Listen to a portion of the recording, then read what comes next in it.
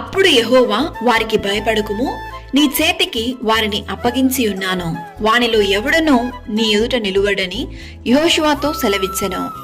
యెహోషువ 10వ అధ్యాయం 8వ వాక్యము.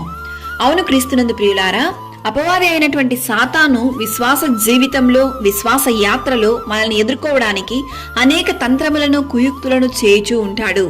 శత్రువు అయినటువంటి సాతాను అన్ని వైపులా మనలను తరుముచు నిందలను, అవమానములను, రోగములను, ఆర్థికపరమైన ఇబ్బందులను, లేమి, శోధనలు, ఇలా ఎన్ని విధాలుగా మనల్ని కృంగదీయగలడో అన్ని విధాలుగా తరుముచున్న సమయంలో యెహోషువతో దేవుడు చేసిన ఈ నిబంధనను జ్ఞాపకముంచుకొనుము. ఈ దినముల యందు ఎవరు నీ ఎదుట నిలువలేరని యెహోషువతో చెప్పిన దేవుడే ఈ దినాన ఈ వాక్యం ద్వారా నీతో మాట్లాడుతున్నాడు. కావున నీలో ఉన్నటువంటి దేవునికి నచ్చని ప్రతి కార్యములు, ప్రతి అలవాట్లను, ప్రతి పాపపు కార్యములను విడిచిపెట్టి దేవుని సన్నిధిలో నీ హృదయమును కుమ్మరించుము.